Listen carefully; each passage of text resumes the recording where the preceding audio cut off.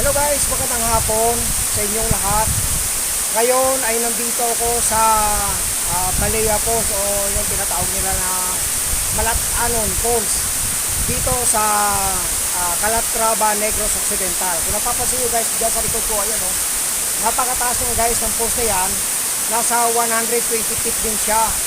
Tapos yung binabag sa kanya dito guys, hindi siya ganong malalim. Siguro mga nasa 6 feet lang daw siya. Kasi bato ito guys, bato ito siya, puro siya bato, palibot. Tapos galing lang doon sa taas yung falls, yung tubig bumabagsak dito pababa. Okay, ngayon itong falls ito guys, napakaganda nito. Sobrang taas, galing siya doon sa tuktok ng bundok, yung tubig bumababa dito, pababa doon sa isang falls hanggang sa makarating doon sa ilog. Okay, ang ganda dito guys. Etong falls nito guys, mataas din to kagaya nung nasa Hulugan Falls at saka nung nasa Malatanog Falls sa Don Salvador Benedicto na na-vlog ko na nakaraan. Kaya ito guys, sulit na sulit dito guys.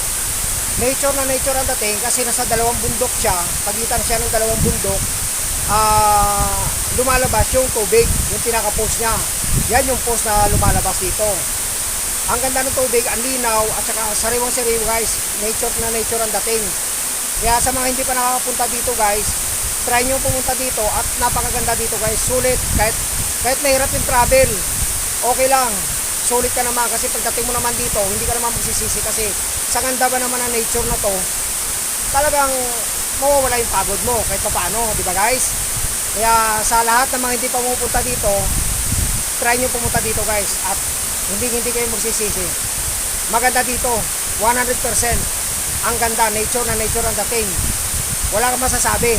Kahit napagod ka, okay lang. Basta maganda dito guys. Yan na po. Thank you guys.